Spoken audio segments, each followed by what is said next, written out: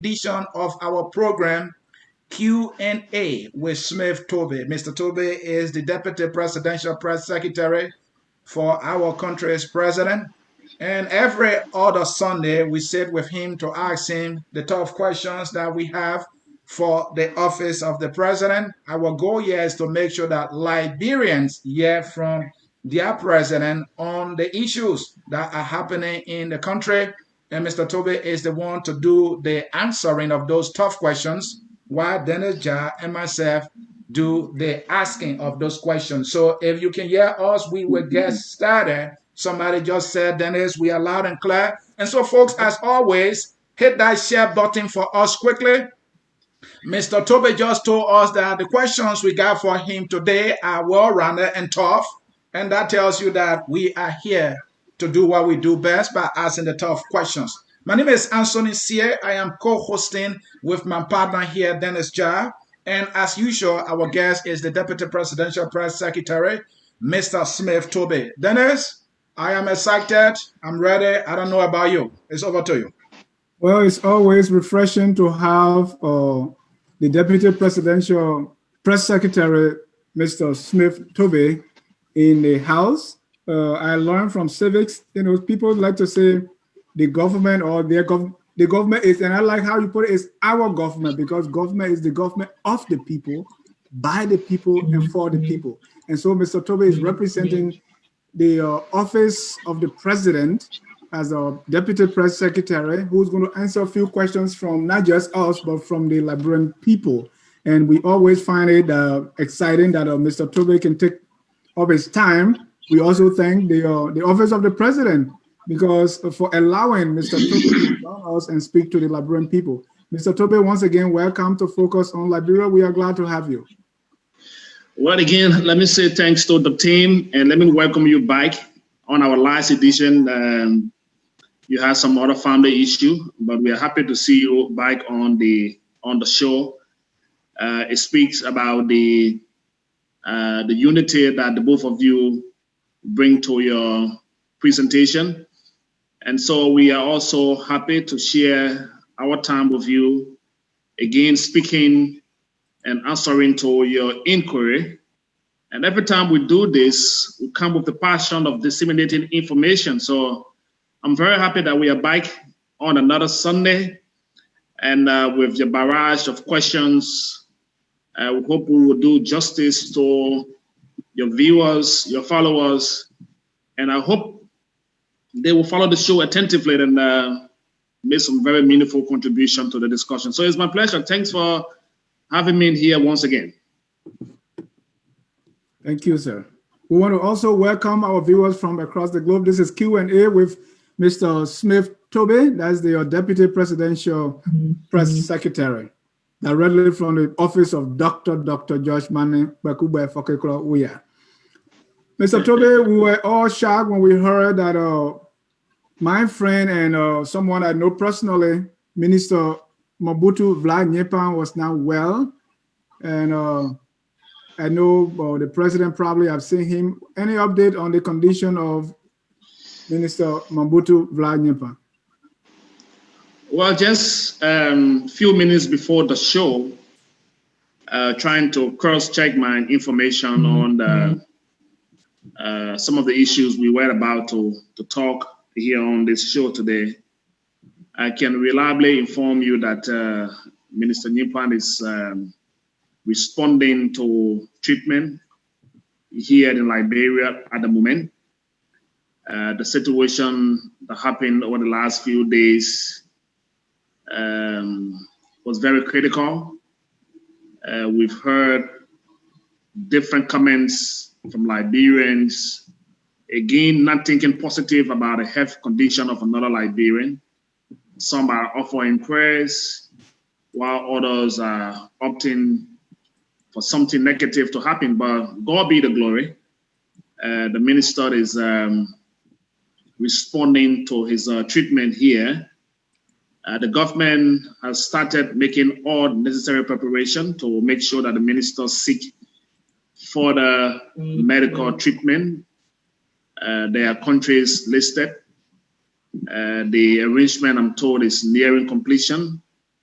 And if all goes well, based on the response from the health team and the minister respond to the local treatment, what we are hearing, as soon as he's in a very stable condition, sometime this week, we don't want to be specific, it may be tomorrow, it could be the day after tomorrow, but the minister will be flown out of here for further medical treatment. So he's alive, he's responding, but he will be taken out of the country sometime this week to further his medical treatment. Dennis, you are on mute. All right, Mr. Toby, thanks for the update. And yet we cannot go any further by mentioning that social media has become one of the major sources of information where we get reactions of citizens and fellow Liberians on the issues that are happening. When Mabutu, illness hit, it was more like hit death news. Other people pronouncing dead. Other people consider that as a breaking news. I, as a Liberian and a citizen, felt that our politics has gotten so bad to an extent that even at the illness of somebody, other people think it's an opportunity to celebrate some form of senseless political victory and make some points. I was terribly appalled by that. I think illness should be an exception, but that's what happened. But this is a personal question to you. You being a Liberian and that our politics have come to this level. How do you feel? Well, as a young man who's been following our country politics for a very good years now, I see a very different sort of politics. I think time with our members, we've talked here on this platform, and you've heard me make mention of the level of hate that have permeated our society. And that is the level at which you see people express the comments on the social media. For whatever reason, but our generation of politics, it is not the Western style of politics where everyone is talking about we are practicing democracy. But even in the midst of articulating your belief, you still see the trench of hate. And if we are not careful, Dennis and CA, we will breed a generation of so much hate. And with the invention or the coming in of Mark Zuckerberg, social media, Facebook that we are all enjoying right now, we call it the new media. Everyone seems anxious to break news, whether it's positive or negative. I'm just one of the many examples that you've seen. A few weeks ago, people wrote that I was being dismissed. Sometimes they put on the social media that I'm also dead. Sometimes they write that the president slapped me. So you found out that the condition of people, on the social media, some people are right for the making news of this social media. But again, some of our peers and friends, I don't know if it's intentional, but the way they are running around with misinformation, they are not counter-checking their facts, and they want to be the first to break the news, whether it is factual or it is fake or false news. But again, that's the generation. We all ought to be very careful. It pains me a lot because sometimes we come under these criticism and barrage of misinformation. But we hope that the generation will understand that no matter where we sit and how we talk about our country, this is Liberia, it belongs to all of us. And if we tear it apart in our hatefulness, it's going to get damaged further for the generation that will come after us, and they will blame our generation. So it's painful to all of us to see the way some of our fellow citizens are approaching issue out of hate, and I think it's reaching a very alarming point. Yeah. All right, Mr. Toby, thank you. I thought to get your personal opinion because it has to do about the credibility of the issues, and you being somebody who has practiced journalism I wanted to get your take, except that I want to disagree that it is not hate. It is just, if I want to use the words, useless and senseless politics, just because you and somebody disagree, politically, you will wish them evil. It's not good. Let me progress here. Of recent, we saw you during one of your, duties talking about the 14th Gorbachev market. It was, we saw you trying to show it to the Liberian people, and we understand that it's a $3.8 million project and is to be dedicated soon. The name is 14 Gorbachev Market. I'm going to bring Dennis in on this one. Dennis, what question you have for Mr. Toby on this one? In the first place, the name is Gorbachev because the Liberian people have corrupted the name Mikhail Gorbachev. So I don't like, in your report, you spell it like the actual Gorbachev. I don't like that because the Liberians have adopted the name Gorbachev to mean something else. So let's spell it the right way, Gorbachev. So now my question here is, first of all, I like the market, very beautiful. I look at the scene, I like it. 3.8 million bucks. Just tell a little bit where that money come from. Is it a grant? Is it loan? Just tell us about the money part of it before we get to the details. Well, let me say thanks to you guys who normally follow what we intend to put out. Not many persons out there follow development in Liberia. And so our heads are bowed so much into the politics, what is at the seat of the national legislature.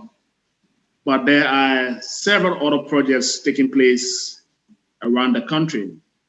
But until we explain the story, it is difficult for anyone out there to follow out and know that the government is doing something. So the Gorbachev market, the 14th Gorbachev market, sometime back the president initiated that project through a discussion from the Japanese government.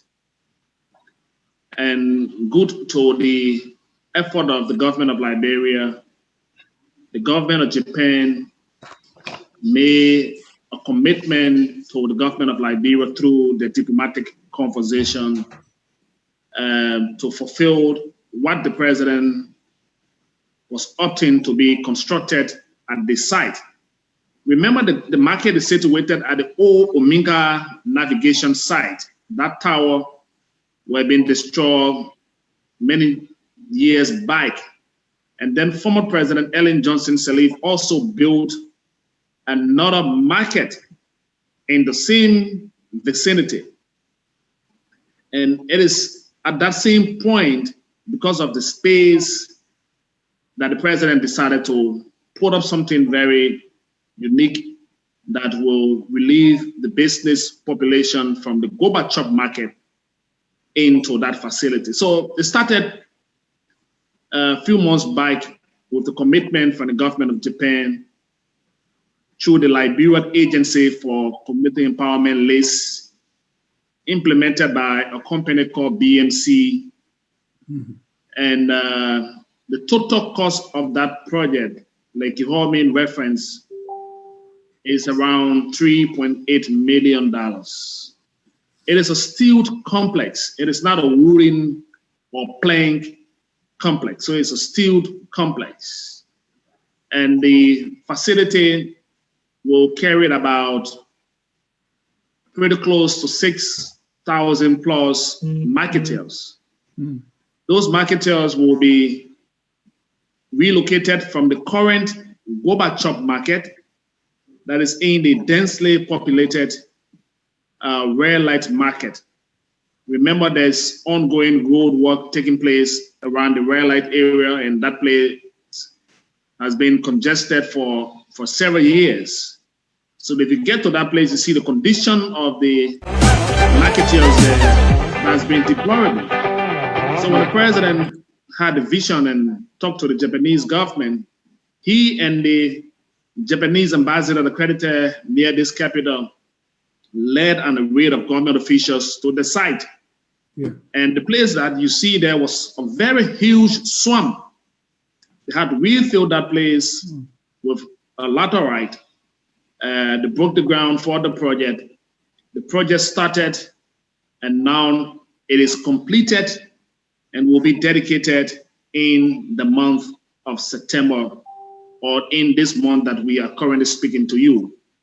So it's going to bring relief to the market people and people who have struggled in their business activities around the current Gorbachev market will now have some very big relief from that facility. Yeah, and we will ask more questions on that, but I was talking about the money. I know it's 3.8. Was that grant given to us or something we have to pay back, or did we raise the money ourselves? No, we as a government did not raise the money. That is why we say it's a funding that came in from the government of Japan. Even the government of Japan has made a lot of different intervention. Yeah. So that is one pay back. Is it a loan? No, it is not a loan that will be paid back to the government of Liberia or to the government of Japan. Oh. Like they've committed in doing several other projects. Some of them detailing what they are loan or they are grant. But again, the $3.8 million project came in as the weight of the government of Japan helping this administration bring relief to the marketers who are currently congested at the Gorbachev market. Yeah, we just showed the market and it's a beautiful place. But why the name 14? We had a 14 military hospital. Now it's 14 Gorbachev. There are a few more 14 projects around, and why there's 14? And we hold on, Toby. We also heard about Studio 14, and there might be other projects around that might be 14. What's about this 14? Well, again, I think 14 is the president's signature project. When you heard about the 14th military hospital, and then you're hearing about the 14th Gorbachev market, I'm not sure there's Studio 14 because I haven't heard about Studio 14. Okay. But I know that there is a 14th Gorbachev market. There is a 14th military hospital. Those are the two infrastructure so far that I'm aware of that is carrying the name 14. I know the president has done a lot of roles in communities. Those roles are not being renamed 14. So except for the two projects, which of course are major contributing projects to this administration, and it is in the purview of the president and the crafter of the project, the signature, the name, the 14th Gorbachev market.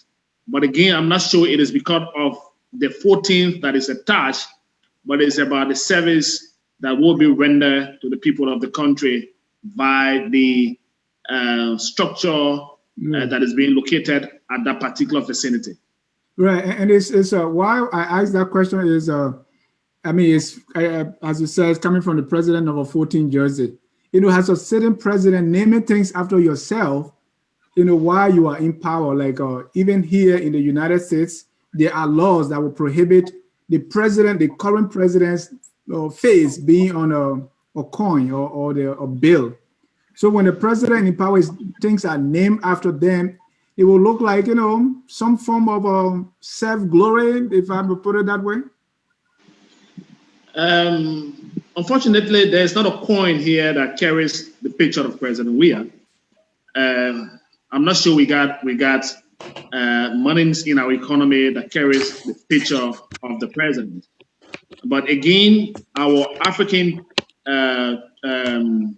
democracy, it is not like the Western democracy, even though that's the same democracy, but leaders perform in different ways. Before President Weah came here, there are institutions here that carry names of our past presidents.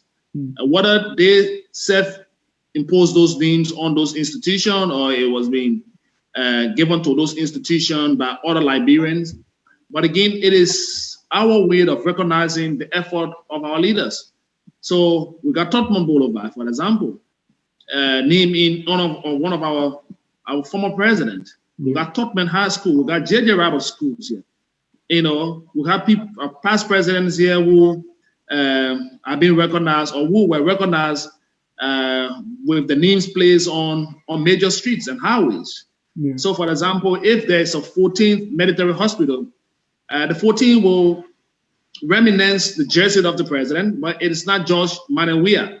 Even though when you think about 14, then you think about the jersey he wore when he was doing active footballing career. Mr. Smith, so Mr. Smith, you can't put it any other way. All Liberians know that the president wore the number 14 jersey, and that is the sole reason why he named the hospital, 14 Military Hospital, and it's the sole reason why the Gorbachev market now is carrying that 14. No other reason. We have to make progress. We want to ask you on the sustainability. I wouldn't agree with you on that analogy that because he wore 14. See, are you going to tell me in this conversation that we are having that all of the projects that the president will undertake in his tenure as president will have 14 attached to it? No, because he's doing roads here, and there's no 14 roads. And I was he's doing why. other infrastructure development, and there's no 14 attached to any of those institutions. I was wondering why. Why is that? So if there's a 14 military hospital, then like you see the JFK. JFK is named after one of our own, right? Whether he was president here or he was major contributor in whatever history that we want to reflect on. No. JFK is not. JFK in no way one of our own. He's from on. No, when I say our own, I'm not saying that it was named after our president.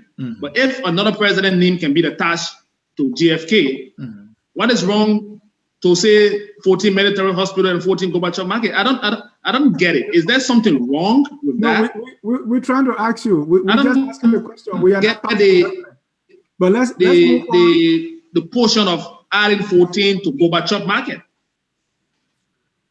All right. Yeah, okay. Let's move on to because I love the market. Beautiful. What we want to ask is about the maintenance, the sustainability plan. Like most of these markets, we have the markets and then garbage takes over very quickly. So how, I know you didn't cover that in your presentation, but just walk us through how the garbage disposal plan or how it will be sustained and maintained over the years. Well, one thing I know of is that the site is beautiful. They still got more spaces available there. I'm sure before that building is officially turned over, the Liberia Marketing Association that is responsible for the day-to-day activities of that market will have to sit and tell us some of those plans relating to how they intend to keep the facility clean.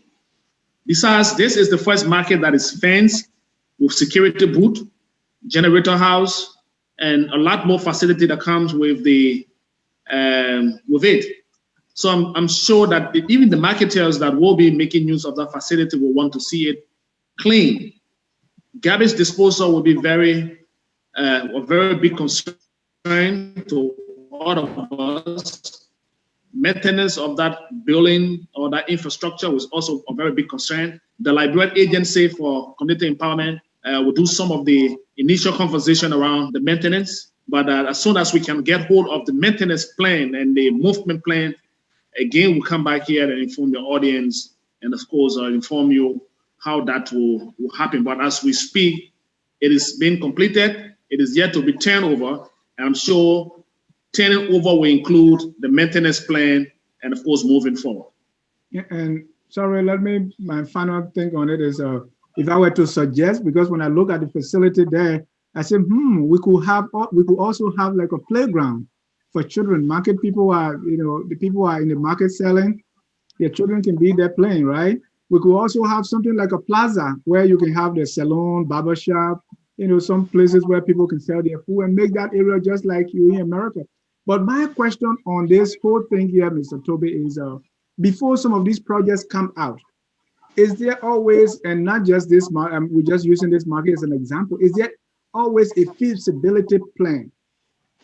Are people going out to see what is needed and why is it needed so that you can make the case that, okay, at this point in our history, we need this. This is how much it's going to cost. This is the plan to implement it. This is how it's going to be sustained, because all these things have to even be laid out before the project starts. That's what's going to convince the donors and everybody to say, okay, we're going to do this. What are some of the I'm sure without a plan, the government of Japan could not accept putting forth their money into something without a plan. I agree. So I'm very sure that the government of Liberia did submit a plan. And by the way, besides the structure that you've seen that we talked about, there will be other stores to accommodate some of the other form of businesses that I hear you talked about. There will be accommodation for market women, for the kids, for example. So the first phase of what we are seeing is the superstructure of the market building. But in the next few months ahead, you will see the government of Liberia erecting more stores, because if you are to decongest the red light area, it is not just for you to move the bitter ball sellers, the cassava bag sellers, and the pepper sellers from red light. People will also follow them. People who are involved into this drug goods, we call it in Liberia, or into this merchandise of sort of businesses, will also want to relocate. To do that, they need accommodation. So the first structure is what we brought to you, but I'm sure after that 10-hour ceremony, all other facilities that will keep that place vibrant with electricity. They got a very huge powerhouse there that is going to keep that place lighted for the business people to spend longer time. And, just so that we can try to bring some civilization in our market sector, especially with those who've been struggling, sitting under the rain and in the sun for many years. Thank you. All right, folks in cyberspace, you are watching Focus on Liberia. It is our program Q&A with Smith Toby. This happens every other week here on Sunday at Focus on Liberia. We are happy that you have joined us. Let us make progress here. Mr. Toby, of recent, we heard about an appointment. We now have a new Minister of Foreign Affairs designated in person of D. Maxwell Sakamaya. And our question here is he the best choice here that the president can make to represent our country? So I'm sure you could ask the same question when the president sent him to the United States to represent us in New York at our embassy. And he was at the United Nations. Liberian was equally asking whether Mr. Maxwell Kemian was the best choice for the job at the United Nations. But again, in the prerogative of the president, under the Constitution, it's difficult to question his judgment in terms of who he nominates. And that is just one portion that the president enjoys very well. But he's not imposing. That is a nomination that goes through the Liberian Senate for confirmation. And that is where the both houses, the both side of the government work in that power of coordination. Because the president nominates, and sometimes his nominees are rejected by the Liberian Senate. And I'm sure that you've seen nomination rejected, and once they are rejected, the president doesn't impose his nominee on the Liberian people. So the president has just fulfilled one portion of that power that he carries as the head of state of our country. If Mr. Maxwell Kimian is the best choice, as seen by the president in his CV, that will be scrutinized by the Liberian Senate. Yeah. And once the Senate concur with the president nominee, then he gets the job. But until then, he's a nominee, and he's the best choice of the president. And has the who's going to replace him? Obviously, ongoing conversation. Definitely, someone should take another assignment. But I'm sure, again, the president, what normally happens in the situation like what is going on entails holding more conversation around who goes to the United Nations, and the president is in the stage of following up on those kind of a conversation with names coming to his office. And the best choice for the president will be made as soon as the individual is passed through the president vetting process. There's serious vetting that goes on before people get the president nomination. And again, I'm sure that if that vetting process bring up a name that is convenient to the president in terms of their potential and the capability, the president will not hesitate to nominate who goes in place of the Maxwell Kimian. Mr. Toby, for us here who are fortunate to be in the United States, what we see is I get to you. You have to check your size. Apparently, somebody tried to call you, and usually once that happens, you don't hear us. But we can definitely hear you. We can definitely hear you. That interrupted. Yeah. Us a few minutes ago. Yeah. So Smith, you either have to leave and come back in. That's the only way you will hear us, and that happens all the time. Yeah. Okay. So let me allow you guys slip in a break. Let me rejoin you in a minute. Okay. Okay. Do that. All right, folks in cyberspace. Again, this is Focus on Liberia. Mr. Toby gonna leave and join us because he's not hearing us, even though we can hear him, and this happens all the time. Once he receives a call, it can compromise his audio at his end. This is Focus on Liberia, and this is Q&A. And later on in this segment, we will be looking at the latest on the rape case. We will also be looking at the president's newly released song, now known on social media as Woki Woki. We're going to get into the head of the president, why this music. So we have a lot of issues here lined up that Mr. Smith going to be talking about. There have been accusations recording to that effect about financial dealings that the Minister of Finance is engaged in. We also will be looking at the Fokeklon Church. Many of you have heard about that church. And there is a major criticism from one of Liberia's prominent lawyers, Dr. Pierre, I don't think that is doctor, that's Councillor Pierre Brambu, who accused the president that the president is in violation for putting his picture on a referendum, and many other issues that we will be looking at. So stay with us as we continue this conversation. Smith has finally left, and so he will be joining us. Mr. Jab, while we wait on Mr. Toby, I was trying to ask him that here in the United States, when there's a major position like this one, you see a short list of individuals, and they share that with the citizens to know who are the possible candidates for that position. We don't hear that in Liberia. All we hear is, okay, this person is appointed.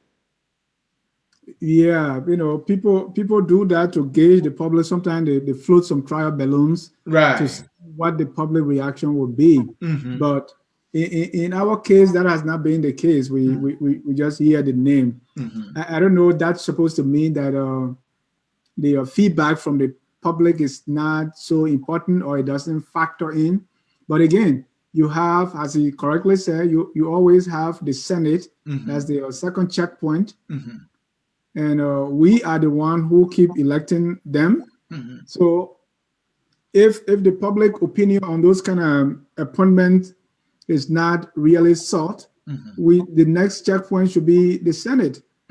But we don't see the Senate, doing much in that regard. It's like whoever the president appoints, that goes. And then it's watch for Toby at your end so you can bring him in. And folks, for my take on this is that I think a major position, like the Minister of Foreign Affairs, ambassador to the United Nations.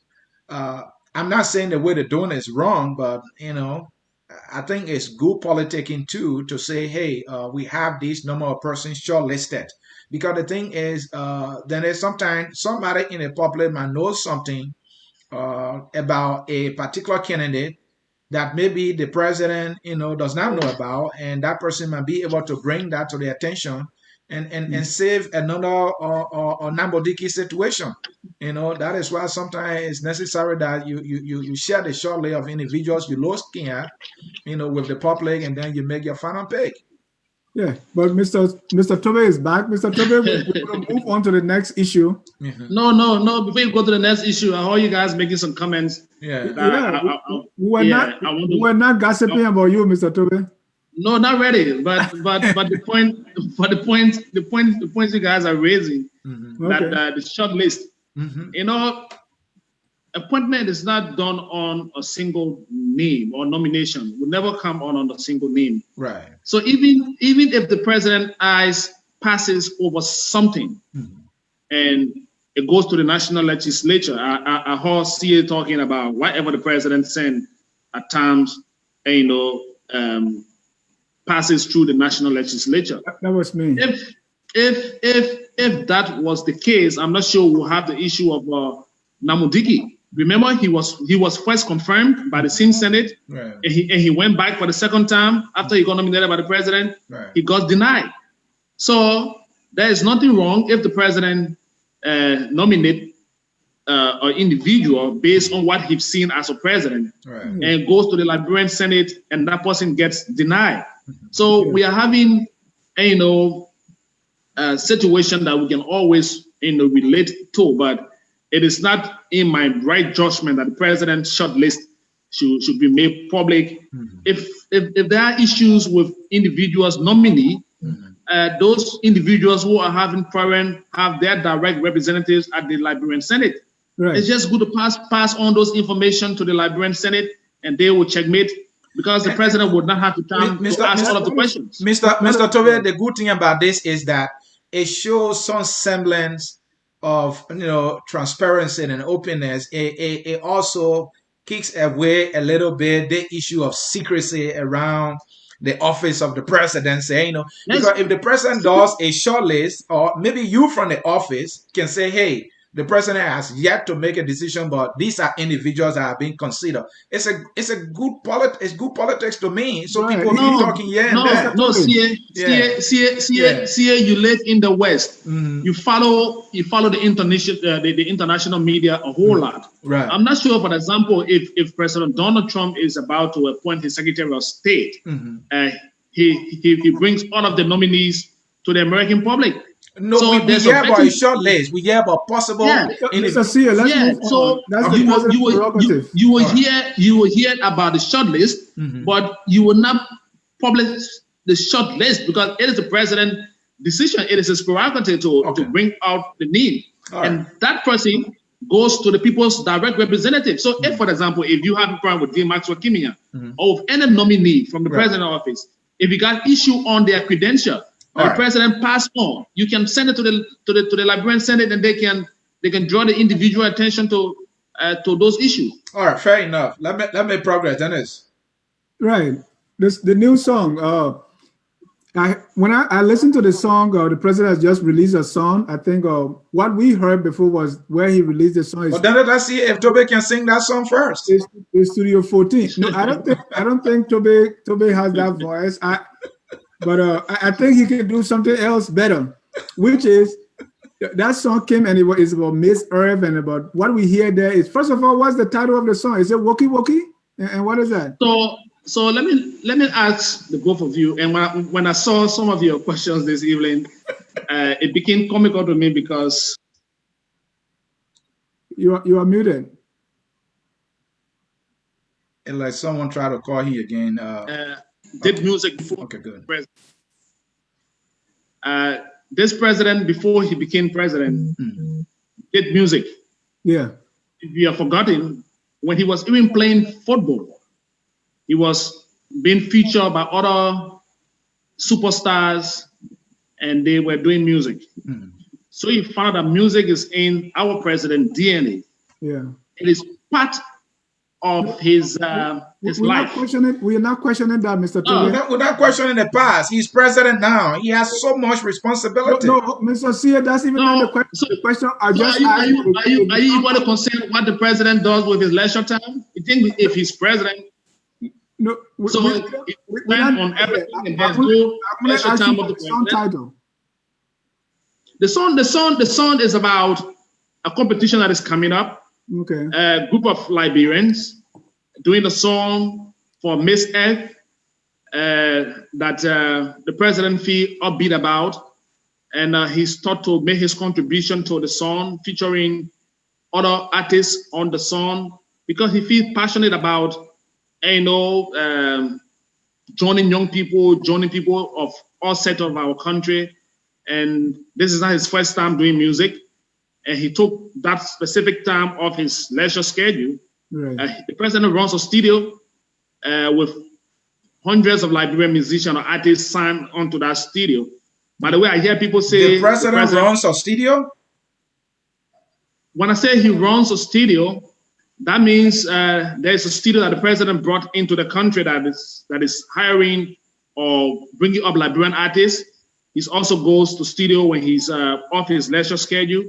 And he's done songs from the studio. That's where they did the COVID song. He's been writing songs for some of the Liberian musicians here. He's been helping them to come out and change their style of music. So he's making contributions. So the president is heavily involved with music and writing songs as well?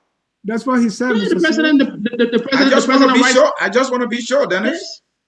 The president writes.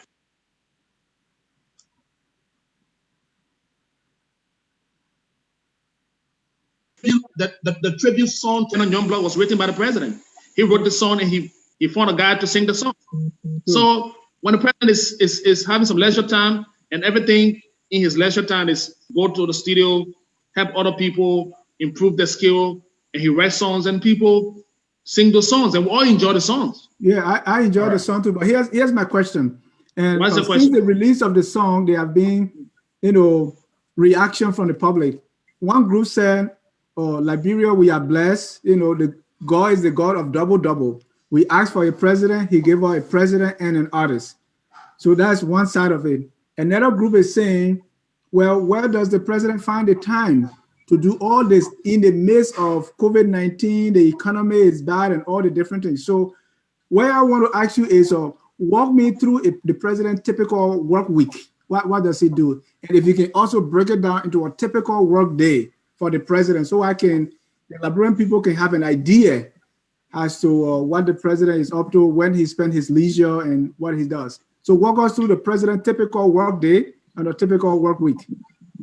So for example, the president activities falls in schedule. And when those schedules are approved by his protocol, then he engages the president time. Some of the schedules are local schedules, when the president will be meeting sometimes members of the national legislature based on the prevailing situation in country. At times, the president is in talks with his cabinet based on who's of interest at a particular given day. And at times, the president is in conversation with people of the civil society. So the schedule of the president daily involve on approved schedule from the protocol. So the president schedules are meeting schedules, are engagement schedules, are appointment schedules, and they happen simultaneously based on the situation or happiness in the country. The president will now have meeting with the Minister of Finance every working day. So if the president is not meeting the Minister of Finance, he may be meeting the Minister of Justice, he will be talking to someone another day, maybe the Minister of Gender, or he will be talking to another senator or another representative on several other issues. But the president will not keep talking with government ministers until 12 midnight, until 1 o'clock in the morning, right, until 5 o'clock every day. right. So sometimes during the days of the week, based on the engagement of his schedule, when there seem to be no regional conversation or no meeting, not much meeting with his cabinet ministers, then the president have a leisure time. In those leisure time. So just let's pick 1 week. The president has been there almost 3 years now. Just pick 1 week and tell me from Monday to Sunday or Friday example of what the president does. But then he just answered the question. He said the president is based on schedule. They sent his schedule, and based on that schedule, that's how he's operates. So let me come to Toby. What I'm saying here is, so let's go to last week and tell me what the president did. Last week, for example, done last week, right? Last week, the president held meetings with his colleague in the sub-region. That meeting took place 2 times last week. The president also had a meeting with the health authority on the same issue of COVID. They were discussing this report that came from the committee that was set up on this issue. The president met with some cabinet ministers on the way forward in discussing the coming meeting of this week with members of the civil society.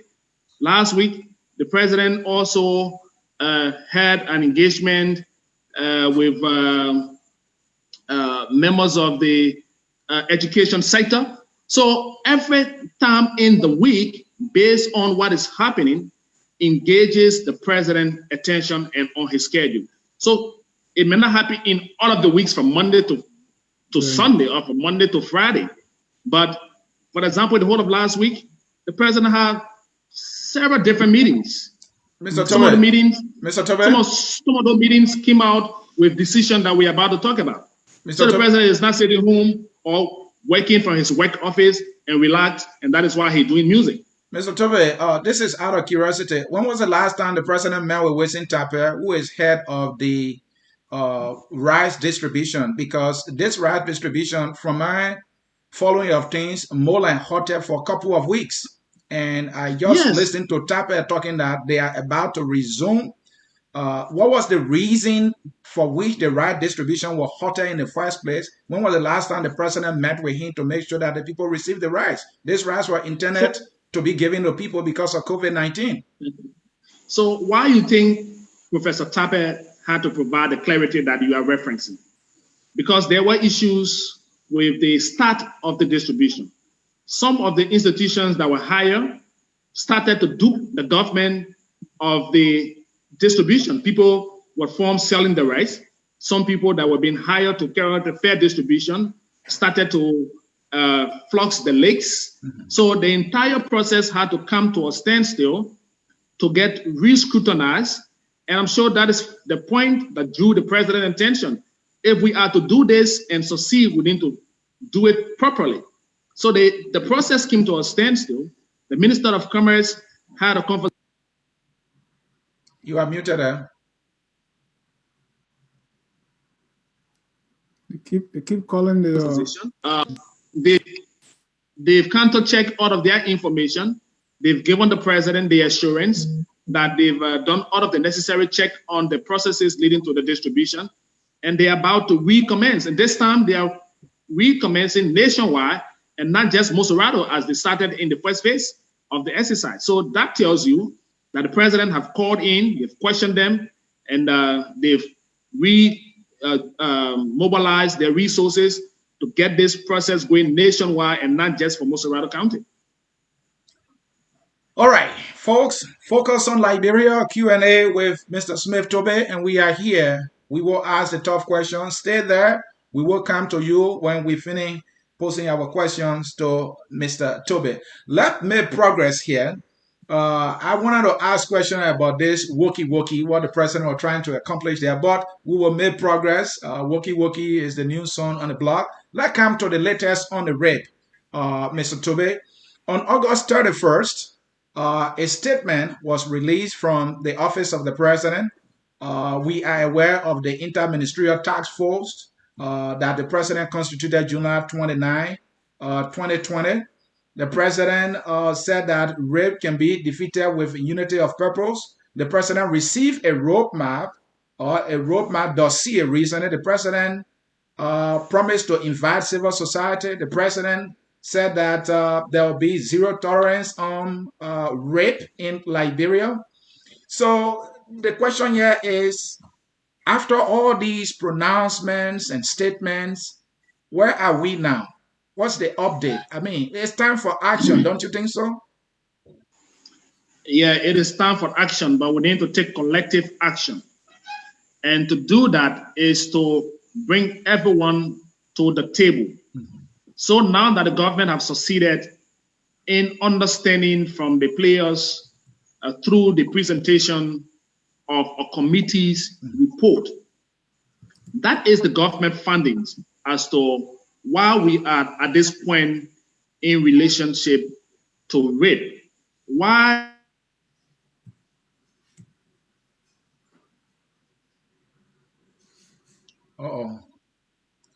Mr. Toby is young girls and young boys. So that information that that the Minister of Gender and other ministers that were tasked with that responsibility submitted to the president is the government roadmap. But again, it is not just about the government. The issue of rape had to do with the society. So the civil society actors also have the say here. A few days ago, you saw people in the principal street of our country raising their voices, bringing government attention to the issue of rape. They also got recommendation as to the way forward. So what is going to happen in the next few days, hopefully Tuesday and Wednesday, or Wednesday and Thursday of next week, all of these civil society actors will assemble at the venue that will be announced with their recommendation and suggestion. That will form a part of what the Interministerial Council have submitted to the government. They're going to collect that, so the report from the civil society, their plans, put the government plan together, form a common approach to the issue of rape. If you listen to all of the advocates out there, individually, they come with different recommendations each. Some are saying castration will be the penalty. Others are saying we should have death penalty. Remember, we are signatory to other international treaties, so we need to take that into consideration. Others are saying we should go back to the rape law and revisit our rape law. So there are several different recommendations. If you interview individual Liberians, you said that you got your own approach to this issue. If you ask Dennis, you got his own recommendation. So all of those recommendations, along with the Interministerial Council recommendation, will be on the table next week on Tuesday or Wednesday or Thursday, but it's going to be on next week. And then the government and the civil society actors will find a common approach. When that approach is a general approach, it now becomes the government and the civil society pushing the cause to curtail or minimize rape. So the president is not sitting back. He's on top of this, and it's going to happen in the next few days. All right. Let me progress here. Final question on this one. Lema Bowie thinks the gender minister's closeness to the president is making her ineffective. We are paraphrasing here. This is a direct attack, not just on the minister, but also the feminist in chief. Does the president have any response? Because I'm sure he heard about this. No, I'm not sure the president will want to go on with water voice from Madam Lema Bowie. I think her response will help if she feel that her friend, who is the Minister of Gender, they are sisters in their relationship. If Lema is having all of the recommendations, good recommendations that will help us to fight rape, is for her to bring those brilliant ideas to the table. It is not for any one Liberians to sit anywhere and think that by criticizing a national issue or putting it squarely on somebody else's performance is going to solve the problem. Lima been around for a very long time. She's been working with women organizations here and there. So if the issues of rape that affect women, girls, that Lima feels so passionate about, and she's opportune to have a friend sitting at the helm of authority in the ministry that runs women and children affairs, she should rather be sharing those brilliant recommendations with her friend to see how it can help to solve the situation that we are talking about. But to come out and accuse somebody proximity to the president of being ineffective, I'm not sure that was the best way to go.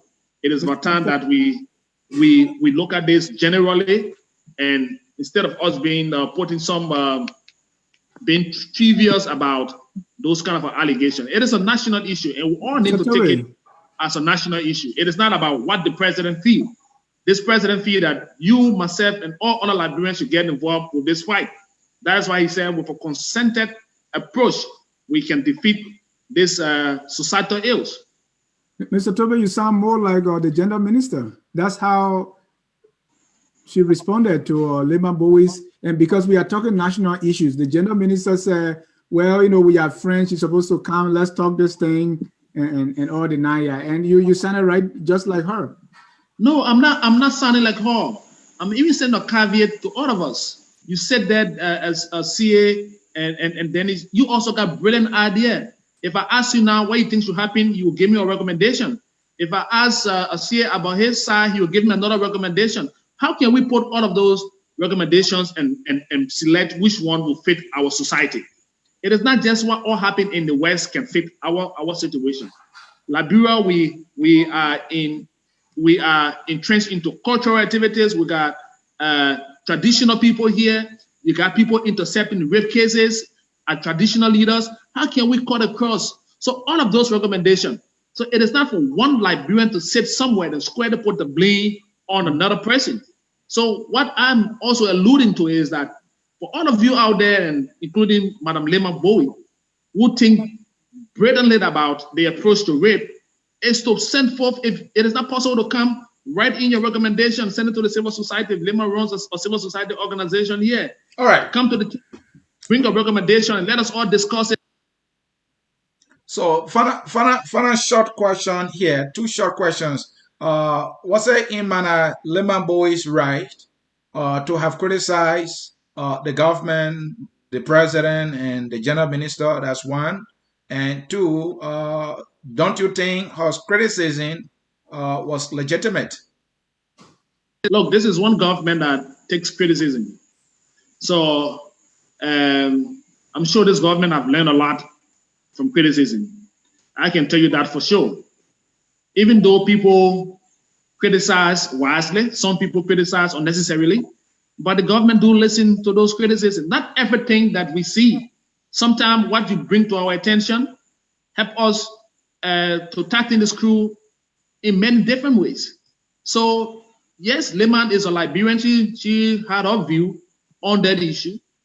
Apparently, the presentation matters. So if her criticism is about the way an institution head is approaching the issue of rape and attaching that head being close to the president as an issue, then that was unfortunate. Okay. If the institution head was that has no connection to, then of course it's become an issue. But it's far from the conversation.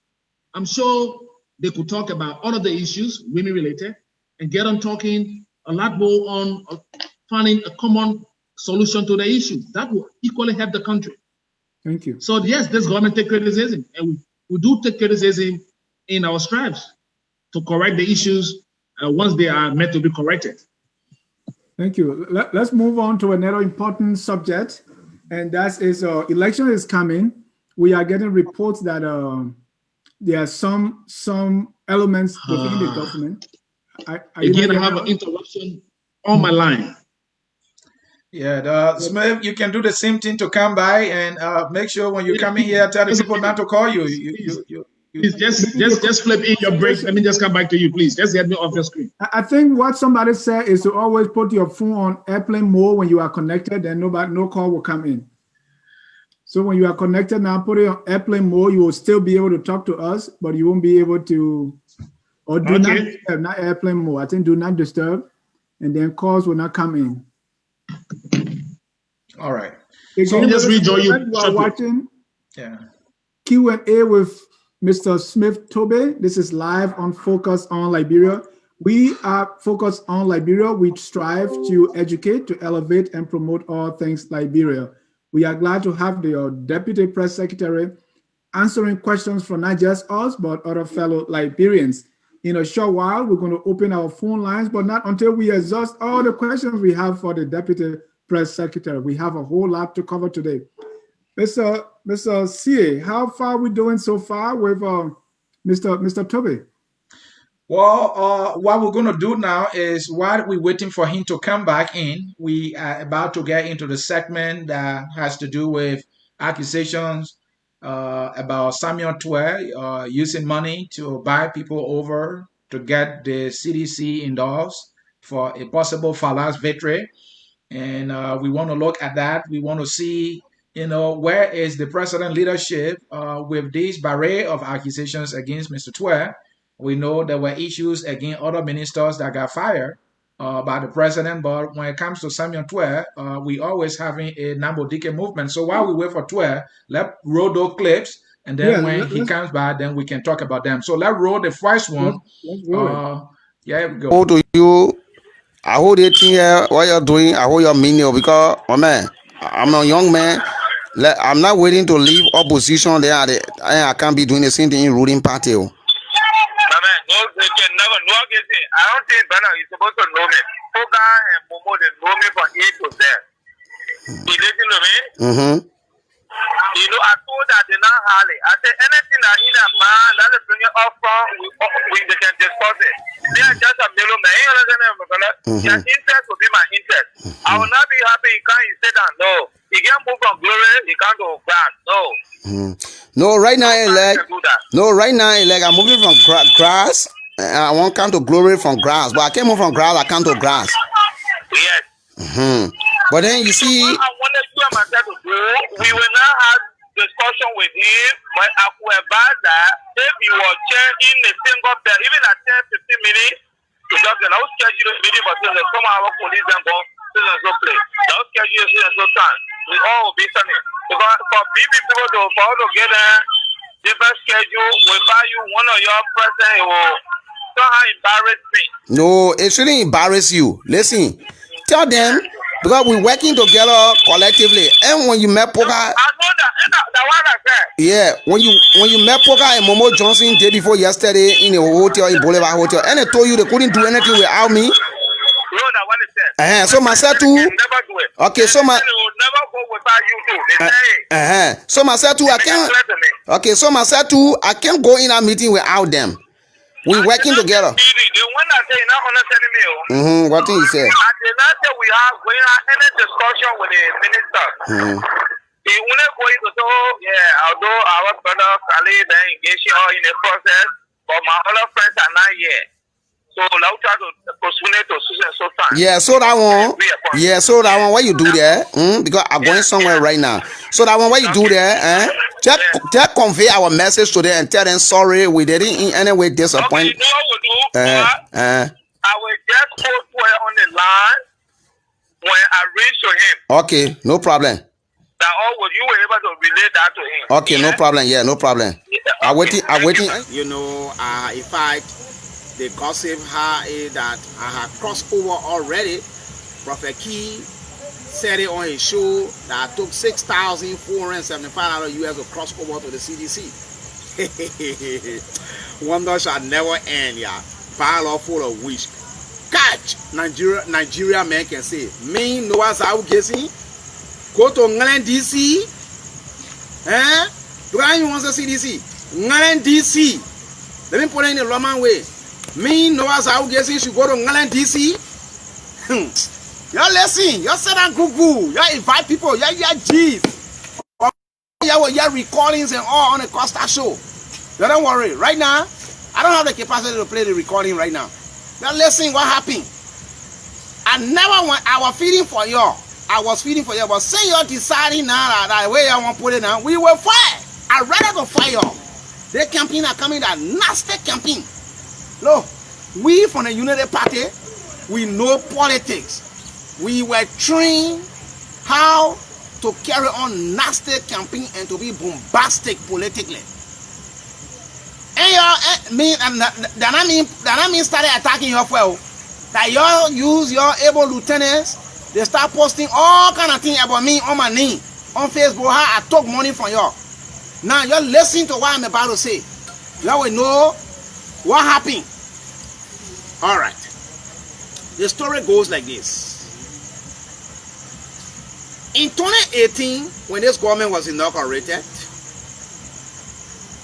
folks from the government have been calling me to join the CDC. Even the first presidential press secretary of President Weah sent Mane. Mane called me once upon a time when he and President Weah came from an educational launch.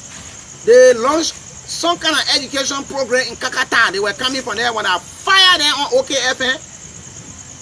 President Weah instructed him to call me. They called me. At that time, we were in the early stages of President Weah's regime. I told them I was not crossing over. In fact, what I told him put the phone on loudspeaker, let President Weah hear me. And I told him, I said, look, if you people survive in opposition for 12 years, I too can survive in opposition. Even though I know I will not stay in opposition because I know you will not do better. Now, that won't pass. Another time, they've been. All right, ladies and gentlemen, we are back with you here at Focus on Liberia in continuation of our broadcast. Mr. Toby is also back with us. And so we will continue the Q&A with Smith Toby here at Focus on Liberia. You just listened to two clips right there. Talking about all the two clips that we just listened to. The B finger is pointed at Mr. Samuel Tue, the finance minister. He's been accused of using money to buy people in the opposition over, to endorse the CDC candidate. And the reason we are bringing this issue up is that he works in the government and he was appointed by the president, just as Dr. Mosoko Fala was appointed and something happened, he got fired. Just as Dr. Blaman was appointed, something happened, he got fired. Wolokoli was in the government, something happened, she got fired. And maybe others that we cannot remember right now. So we also know that these video clips, there are many, not video, but audio clips, there are many of them, and they are all pointing at Mr. Samuel Tue. At some point in the clip, let me provide the context here. At some point in the yes. Before you go into the details of the clips and the allegations, what we've seen so far, we saw some people crossing over even before the clips. Yeah. And we'll come to the clip next, Mr. Toby. So reserve your answer. Okay. Before the clips, we saw Mr. Christmas Sele crossing over or going back over to the CDC. We saw Mr. Mark Jabate and the story about his cow. So we see this movement of people crossing over, and what we hear is these people have been induced by some cash. How much does the president know, or about all this that's happening? Keep the clip second, but we want to just see if the president have knowledge of people buying people over at all. But the reason why I'm laughing is that everything the president. I know. And I'm not sure that's been fair to the president. So people are into constatation, and when there's a competition for numbers, those who are politicians goes out. Mm-hmm. And I'm sure all of you sitting there understand the Liberian politics, even the Western politics. So it is not about who's dishing out cash allegedly. Mm-hmm.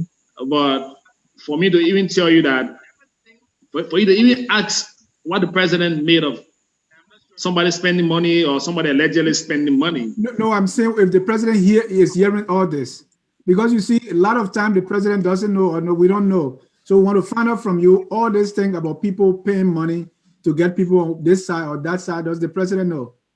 But the president is a politician. He's gone to election. He's participated in elections in this country. So people are going to election. And what you see happen, it is not a strange thing in election here or electioneering processes. People will want to persuade people. They use different means. People go to individual political party camp and they bring people over, whether they induce them or they bring them voluntarily. But you will hear and see more of these kind of activities taking place when people are moving into an election year. So the president is a politician, so he follow what is taking place in politics. Good. Mr. Sia, you come up with your analysis on the tapes now and the question. So, but before we go to the analysis of the tape, you know, the angle you came from, you know, give me some bitter ball here that I'm going to offer Smith, and that is, you just said that the president is a politician. He knows that, you know, this is one of the tactics that, you know, can be used during electioneering period. Does it mean that the president have been a beneficiary of this kind of tactic? Is that what you're trying to say?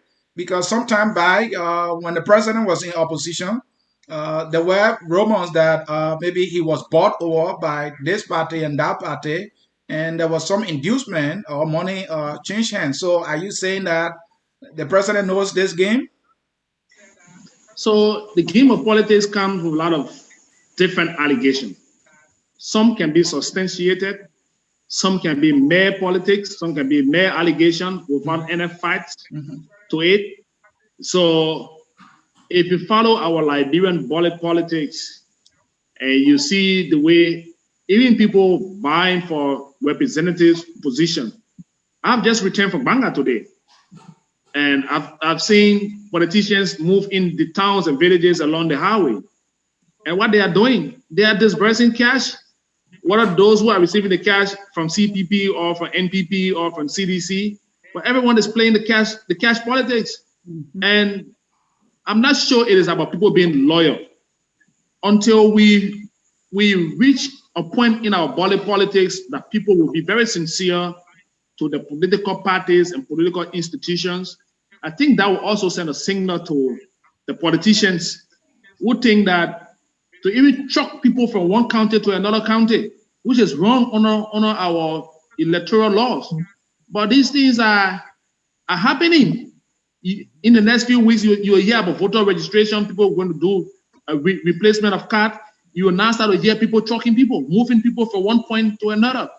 And those people who they are taking to those destinations, they are not carrying them because they are the brothers or they are the siblings or they are the law friends, but because people see where they want to get money from. Or we've seen people buy voters cards here in election. I cover election here. It's been reported here that people were buying people voter registration cards. All of allegation in this form and manner comes about. But again, it is the politics that we find ourselves in. So whether it's the Minister of Labor or the Minister of Commerce or is the Minister of State or the Minister of Agriculture, they are all party-based loyalists for several reasons. So Mr. Smith, our context of cash into election, Liberian election, it is not who's the best dressed or the best driver in anything. The way our electorates have presented the election, that's how you see people want to put cash into election, and I think that's a context. Mr. Toby, you admitted that the president is a politician, and we heard the tapes. So, are you telling me that the president has endorsed the spending of cash by Mr. Tue to buy votes? No, that is not what I'm saying to you. I don't want you to understand me in that direction. Yeah, I only alluded to the fact I only alluded to the fact that the president is a politician. And besides that, the president is not the spokesman for Mr. Samuel Tue. I'm gonna say, yeah, I don't speak for Samuel Tue. So I got no direct answer to those tips that carry his voice. I got no direct clue as to where they met. I'm hearing what you are equally hearing, but those eyes are not on in my belief or in my direction that the president endorsed those allegations. That so the Minister of Finance, who is a very good speaker or good person who can talk, can come to the show and justify why he's dishing on gas. We've been inviting him, but he has not come. But my question now is, what if those allegations are true? Will the president or take actions against Minister Tue? So that is determined, like you already said, that's a supposition. Yeah. If those allegations are true. So let's hold on to the supposition and see what happens. We are hearing audio tapes. Those tapes, can they be permissible in court? Are those voices something reliable? What were the transactions? And how did that happen? So if you can get the minister to come on your platform to talk about this, that will be good. But again, I'm not a spokesman for the Minister of Finance. I speak for the president. Okay. I don't want to dabble into something that I got no idea about. Thank you, Mr. Smith. And then there has been this pattern. You know, I'm trying to follow the trend from day one. First, it was being floated around that the president conveyed to his able lieutenants in government that he wants Monserrato County, and that if they cannot deliver Monserrato County to him, he will not contest. That was the first information. Just wait with the second information. Where did you will come in Smith. You will come in Smith. I want to know. Okay, go ahead. Yeah, you will come in Smith. So that was the first information, and this information had been around for so long. And just within the time the information started floating around, we started seeing the likes of Tue and other tough government officials almost like weighing in for Thomas Fala, who happened to be the CDC candidate for Monserrato County.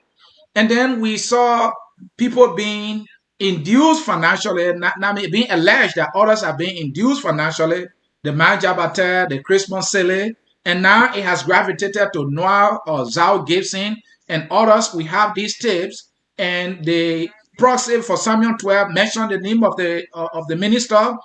And some point they said that it was about $6,400 United States dollars, and Mr. 12 was able to give 1,250 of that amount in US dollar that the proxy walked away with and gave these guys 500,000 Liberian dollars. Smith, the thing here is that we know the president is a politician and these things happen, but if the Minister of Finance, if this is confirmed that he's engaging in this behavior of buying people in the opposition, I don't think that he's using his own money. That is something that is unethical and wrong. Should this be true, with the president muster the same courage, I'm learning here, with the president muster the same courage to first of all initiate an investigation into the matter, as was the case in the case with Monsoko Fala, Blaman, and Wolokoli, and then subsequently that they got fired. Will the president do that? Let me tell you something. And I like the passion. I like the passion you put to this question, because you hold it so dear to your heart. No, I mean, I just wanted to lay it down for everybody to understand. Yes, it's not that it's dear to me. The scenarios are not the same. It is far from the issue that you are connecting. So administrative issue on the job cannot be brought to a political situation as you want to relate with the issue. The good thing about all of you and all of us here is that you are saying that a process. So how guaranteed are you that I can even sit here and pretend to be your process in a conversation without your acquiescence? So those are things that happen in politics, and you will hear a lot more of different things. Some are to say, the policy. So people are targeted in different ways. You understand? So all of the information, like you have said, are information that we are equally hearing. But whether there's any truth into those allegations, to give somebody $500,000 Liberian here, which is so much of a money that can be used for many different reasons, it's so much of a money. So if a prosecutor and not the minister himself, you did not hear the voice of the minister on that table. You heard somebody saying they were representing the minister, they were in a conversation. We are in a political period here. Anyone can go out and hold a conversation and claim to be sitting and representing someone in a conversation. But again, like I said, we are in a political season. So you would expect people to move about and do those things that you're hearing. Christmas Sally and Majabate return to their party. Those are party-related conversations. How does that come to the seat of the presidency? How can the president be taking decision on his Minister of Finance because there's a process that claim that the Minister of Finance sent him? What is the truth in what the process said as compared to the conversation claimed by those guys who claim that they received the money? So there's a whole different can of worm that has been opened here. Mm-hmm. People claiming that they were sent by the Minister of Finance to go and negotiate to buy people. Are those guys for sale? Are they ready for sale? Are they telling us that they can be bought? So it is the beauty of the politics, but again, people should not use individual names. Again, I'm sure that the Minister of Finance will someday speak to this because he's a very tough talking minister. And I know this thing will not pass him without talking about it. And the tough talking minister will not honor our invitation because he's afraid of us. To bring it to the seat of the president, that's not fair to the president. I just thought that some of the things that happen in different corridors, even though he's the president of the country. Mr. Toby, my uncle was a big chief, and he always said, you know, when you are a leader, you are like the dumper, right? So everything they put on you. So let the president be. You know, let's move on to another subject, Mr. C. Yeah, Dennis, let's move on to another subject. Mr. Smith, while you were speaking, I displayed pictures of a school in the President hometown, Southtown. You know, I'm from there as well. I remember when you visited Southtown during the housing project that started there. I will assume that you might have visited Southtown because it's one of those places you might want to go and see. I have been following this building. The principals there, I'm in touch with them. And the principal there, once a month, we are sending those pictures that are displayed. I think I sent you those pictures and I insisted that you ask the president whether he's in the know about this school because this school is in dilapidating condition. It's bad. When the president took over, he sent the Minister of Education, I think his name is D. Ansu Sonny, and I have the picture of Ansu Sonny sitting in the classroom on a stool. It's been almost 3 years now, and that school continued to remain in that condition. I just thought to bring it to your attention for you to tell the president. Is the president aware of the condition of this school? Well, I'm not sure. If you've done like you said to me that you've sent me the picture of the school, then I can assure you that I will communicate that to the appropriate authority. I've gone to Southtown, I've gone to Grand Cess and then Grand Crew. I know that there are challenges in all sectors, but I equally know that the government is making some very big impact in those sectors as well. So if a particular institution or a particular sector have gotten to your attention, especially in the Southtown area, all I can urge of you is to allow me see those photos. If you can send them to me, I will communicate those photos directly to the appropriate person. And I can assure you that once it is proven, like you have said, there will be some immediate intervention. But again, that's what we as communicators should be doing to help the government. The president will see, sometimes his lieutenants will see, but they would not see everything. And sometimes we on the outside will see it and bring it to the government attention. So I'm happy that you're talking about that school in Southtown. We can see it. and we can assure you that they will reach to the authority to have some immediate address to that issue. Thank you. And it happens that there are most of these issues around the country. Southtown just seemed to be an example. I saw another picture from Southtown, from Grand Crew, where the students taking the national exam were outside because they said there was no seat. But let's move to the Fokker Club Church, because I myself, I was born in a little mission town, so I've been in the church for all my life. And so I know when the Holy Ghost is Let's move to the President Church. You know, how is the church going on? We understand you're a member, maybe a deacon, perhaps.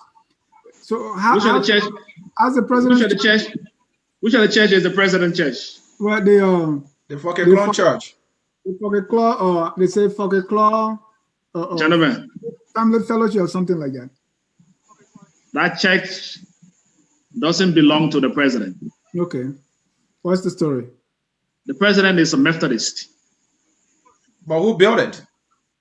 Yeah, he's coming. So when you build a church, because God has done so much for this president, and in his appreciation for what he's benefited and continue to benefit from God, the president who grew up fellowshipping in a community with his family decided to give back to God an edifice of worship.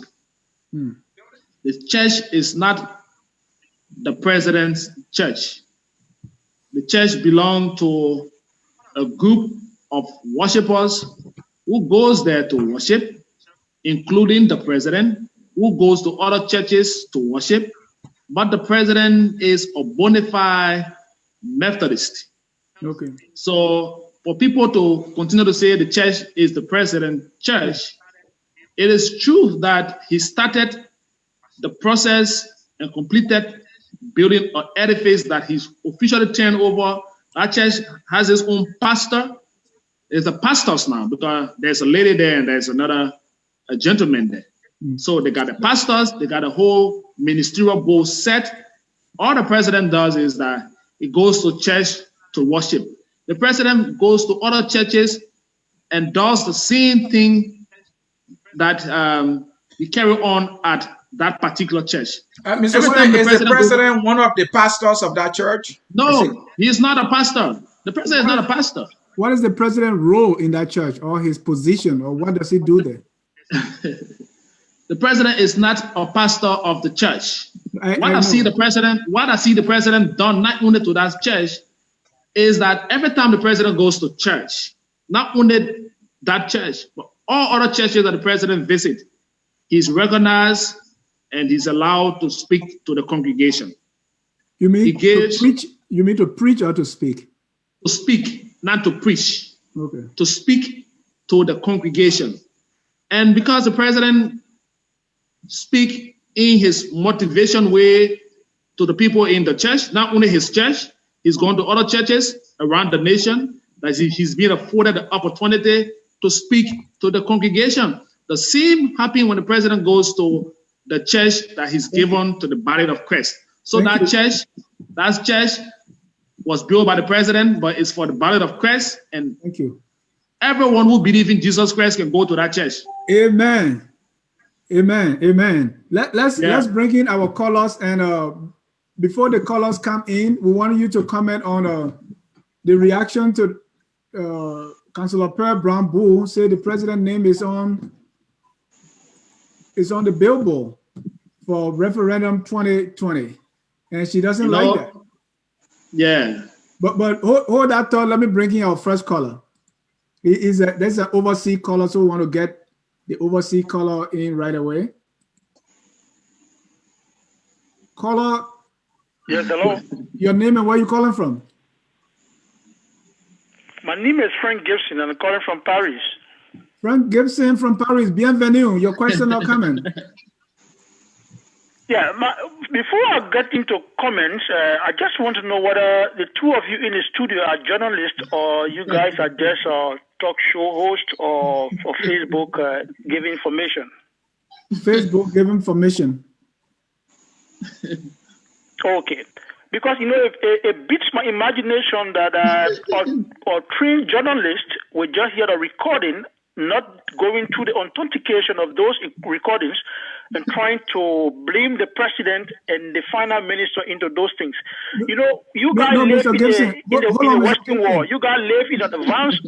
Hold on. You say blame. We just asked the question. We played the tape and asked. This is what I'm coming to. You guys live in an advanced country, and you guys.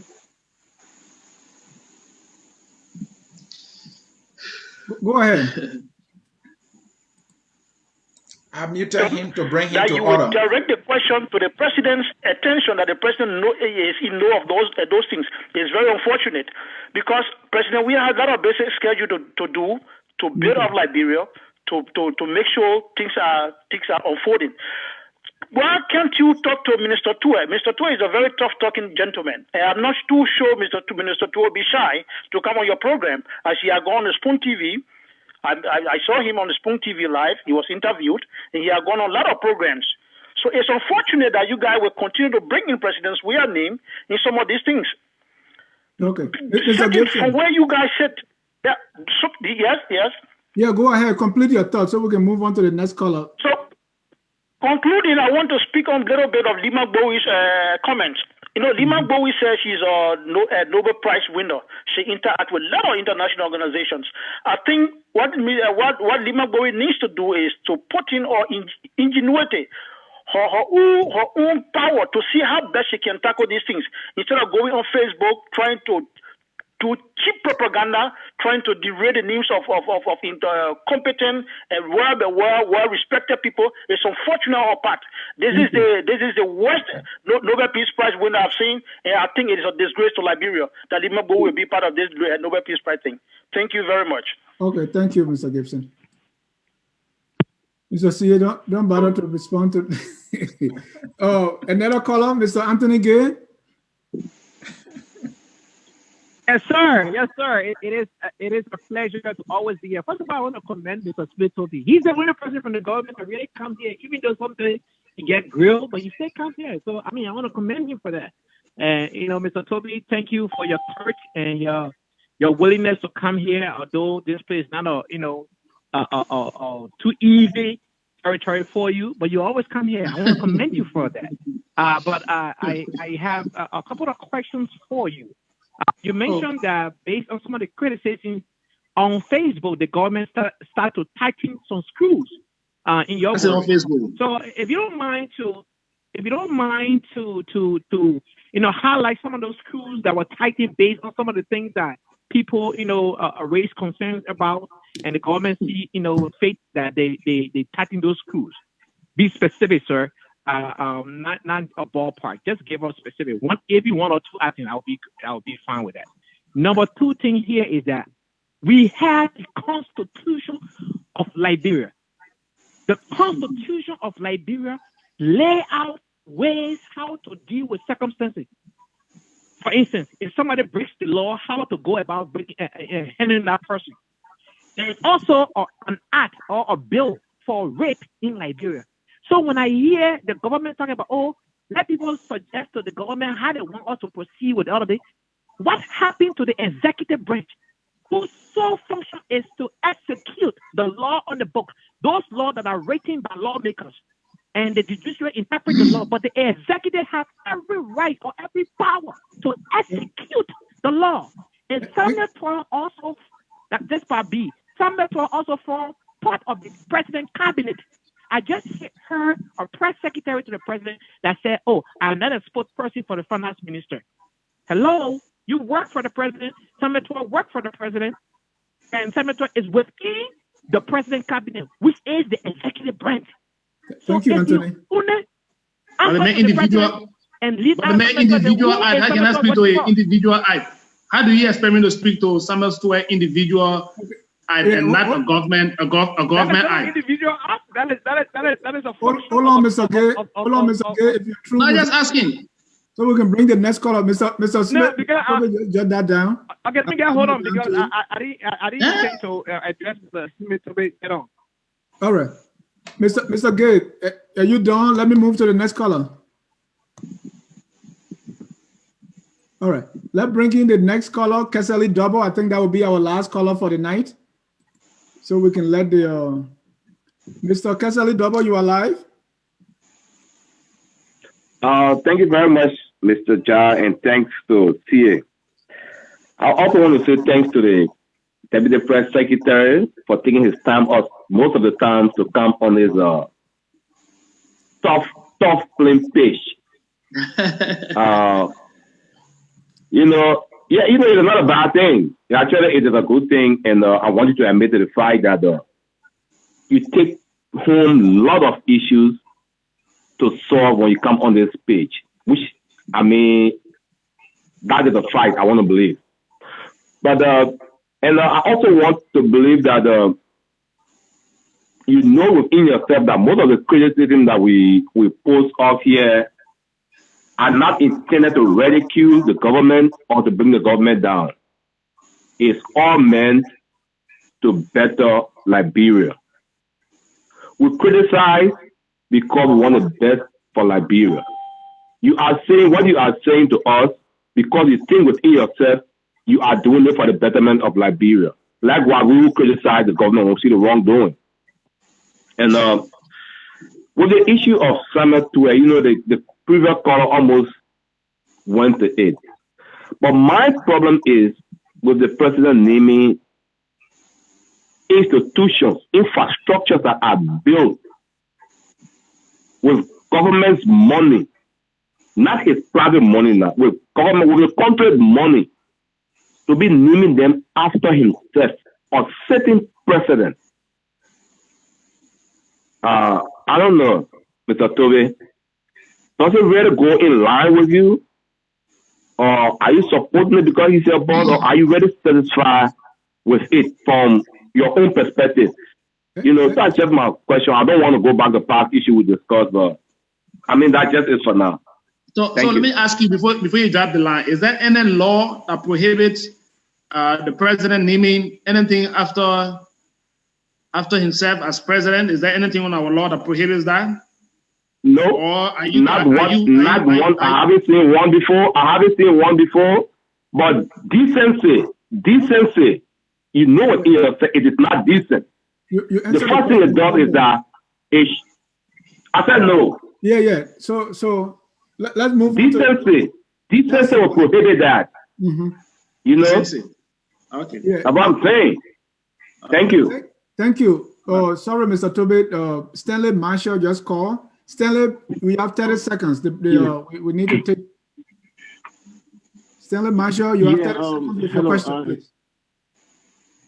Yeah, my issue is just a comment, most especially to you guys. The first thing is we want to get straightened up is that if Samuel Toby, for example, use money, let's hold factor concern that he take money and gave it to somebody to induce them to join his party. If the allegation saying that the money was government money, if the student Samuel Toby did that with his own money, what makes it wrong? Why should the president fire him for that?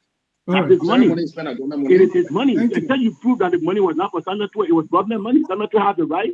Like every party that will see somebody and give them money, say, okay, or even induce them to join his party. He has that right on our law. The second thing is that they want somebody saying, President, we have not named here where he named a place after himself.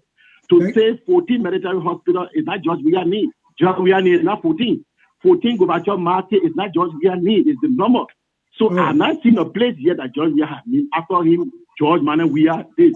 You have the Samarkand those sports complex. You have Messe Dome Market. Why you don't have problem with that? Thank so you. I'm not George Weah name. Mr. Marshall. Number 14. Thank you. So it's just a comment I was making. All right. I'm just making a comment. I'm already asking a question. Thank you. Let's go back to Mr. Toby. Well, let me say thanks to the callers, and I think it's a good platform. For me, I enjoy this platform because the guys pushed the issue. Are we still together? Yeah, yeah, we are. Okay.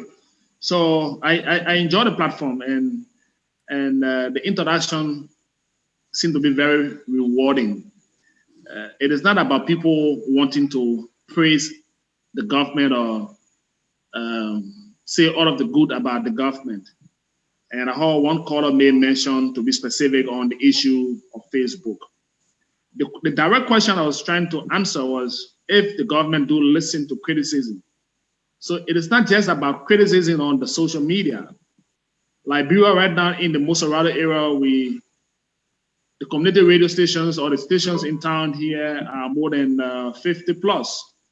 So people do listen to what the Liberian people are saying daily. Now with the invention or coming in of the new media, the social media, everyone seems now to have a voice in determining how Liberia should go. People are now becoming expert of everything in Liberia, whether they are saying the truth about it, or they are making up the story about it, or they are politicizing every little issue. But once we are talking Liberia, we listen to all of the different views and we go after those ones that will make our country better. The government is a government for the people. So when the people speak, we do listen. Some people speak to the issue. Some people personalize the issue. Some people will bring trivial things to the floor, to discuss. Some people will want to tarnish the country reputation for the personal gain. So all of those different conversations will happen daily. It will happen every time. But again, once we're talking about the country and we are not running into the butchers and no one is fighting and nobody's talking about bringing arms into the country, we will always agree and disagree. The new politics is once you call president, we are named in everything, then you're speaking truth to power. That is why every little thing in this country, people will want to reference the president.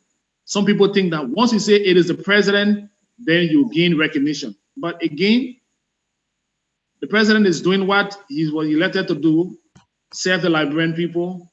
And in these difficult times, tough economy around the world, people that this country depended on in terms of helping us to grow are equally struggling, but the government and the people are doing the very best. The government in the last few months, since the hula balu about salary and what have you, they've managed to live up to that commitment. Gradually, in the tough time, the government is doing what they were elected to do. On the issue of the rape law that the gentleman talked about and say why the government is not implementing the law, some Liberians think that the law is weak. Some think that we should put very harsh punishment in the law. Others think that because the way people goes to jail and the age range of rape, and all sort of different things, if you are 18 years old or you are below 18 or you are involved into rape, there's a stipulated time that you goes to jail. If you are adult and you are raped, there's also a separate punishment. So are we going to consider rape as rape, whether you young baby or your husband and your wife disagree and she bring a complaint and you say you rape her? So should we put all the punishment consider rape as rape? So under our law, the people separated the punishment. For people under 18, they got different punishment. For people above 18 who are considered to be mature people, there's another punishment. Can we put all of those things together and consider rape as rape? So to do that is for everyone to make an input so the government can implement, so people will not hold the government responsible. If Liberians agree that we should cancel all the international treaty and bring about capital punishment, if that is the will of the Liberian people and everybody say yes to it and the government agree to it, it becomes the will of the Liberian people. If the Liberian people say, let's castrate the men that were involved into rape, and it's a general consensus that everyone's agreed about in this country, we put it in the rape law, it becomes the document. But the law is in a way that it separates the punishment. Thank you. So the way it is, it needs to be critically looked at, understood, and properly implemented. So it is not that the government is reluctant in implementing the rape law, but something that the law is so fragile, it's weak. And why people will be in the eye of rape, by the way, at this time when everyone else is talking about it. We've done enough awareness on rape. It's time to implement or reinforce the law on rape. Awareness part is there. Everyone talking about rape now. So we've done that awareness to the letter. What is left now is Let's hit it head on. And the president wants to see that happen. For President Weah, put people in jail for life.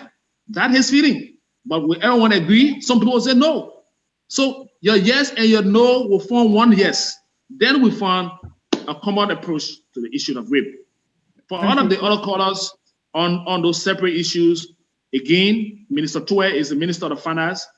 He's gone out as an individual Liberian who's out there, like you see him talk to other people.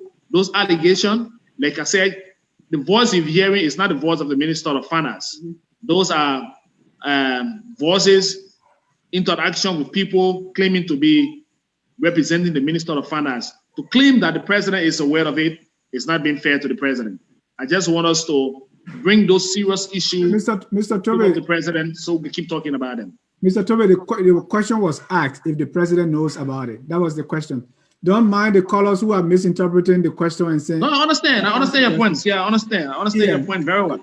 Okay, this is Jimmy Eastman. You can't do this to us, but we give you 49 seconds. The press secretary has to go. And no question, only comment. Mr. Toby, thank you for giving me that chance. Mr. Toby, again, it's always good to have you in the hot seat, man. Welcome back to the show.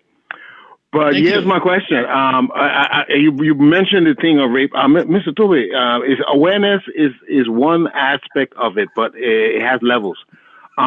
What they have seen with the stopping of rape in Liberia is there's a problem with logistics. You have 72 hours to collect sample semen.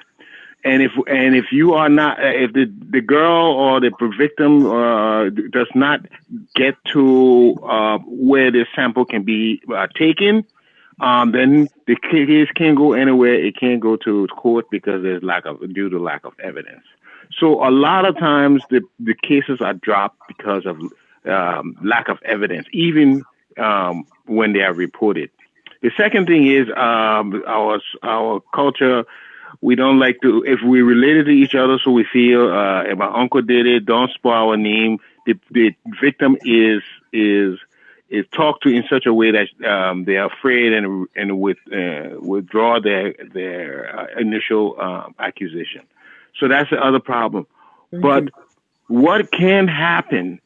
The people who do this, the culprits, they get people who carry this out. We need to break in their minds that this is not acceptable behavior. That is where we need to catch it. But in adolescents, like you were saying, people under the age of 18, do you know that there's really no punishment for them? All they do is reprimanded by the police or whoever, and they're let free. There is nothing for them to check the laws. You see, there's nothing to do. Once that person is underage, there's nothing going. So there's certain things we can tighten up. And for the sake of our sisters, our mothers, we all have mothers and wives, and we got to do something about it. Don't you think? Thank you, Jimmy. Well, I agree with you. Time has, time's not in our favor. Maybe Toby will answer that question next time. We have to close. Give me squeeze that one in. I told him not to ask a question because that would take out about 15 minutes and we don't want to do that. So Smith, hold it right there. We will be drawing down the curtains yet. Moments ago, we were displaying a flyer on the screen there, folks. We are having a debate, a primetime debate today on dual citizenship at 5 p.m. Eastern Time. You do not want to miss it here live. I focus on Liberia. Dennis and myself will be here and we will be asking the tough question. Mr. Toby, sorry that we have to do that. We don't want to take too much of your time. We know you are flexible, but we can't take advantage of that. You have to go. Thank you for answering the tough questions. We will now take from you your parting comments. And please, I am advocating for that school in Southtown, my hometown. That school is bad, Smith. I talked to the teachers. I've talked to the students. The representative and the senator there, they have promised the people over and over, and they have failed. I've made all effort to get to them. I have not been successful. But the principals there is asking me to intervene, and I'm using my little contact with you to tell the president about this school. Maybe something can be done. That is my hometown school, and I'm not going to shy away from advocating for my people. I would like you to close now. Thank you. You are right. So, like I said, just connect me. You know how to get to me with those information. I will share them, like you've said. Again, I'd like to say thanks to the both of you. It's always good coming here. Thanks to your followers who follow us. We read your comments, your disagreement, your agreement. All we can always do is to remain very civil in our conversation. We're talking about one country, Liberia. It is not possible that we all will agree on the subject matter. But again, I reveal myself because you need to hear from where I sit. And I come here in my capacity to explain to you what I know and what I understand around the office of the president. Until the Sunday after this coming Sunday, let me say thanks to the both of you for always giving me the time to be here. And I look forward to another Sunday. Thank you, Mr. Toby. I want to say thanks to all our viewers and those that have been following us, even those that don't agree with us and call us opposition sometimes, and sometimes they call us CDC people. So please keep your comments coming. It keeps us on our toes so that we can do what is best and what is right, what is fair, what is balanced, and what is just. Until next time, my name is Dennis Jar, closing on behalf of all of us here at Focus on Liberia. We're going to end with our theme song now. We are all Liberians. And that's the message we want to send to all of you, whether you are for no position, opposition, or ruling position. We are all Liberians, and we are all for the interest of this one country, Liberia. Goodbye, and see you at 5. We are Liberians.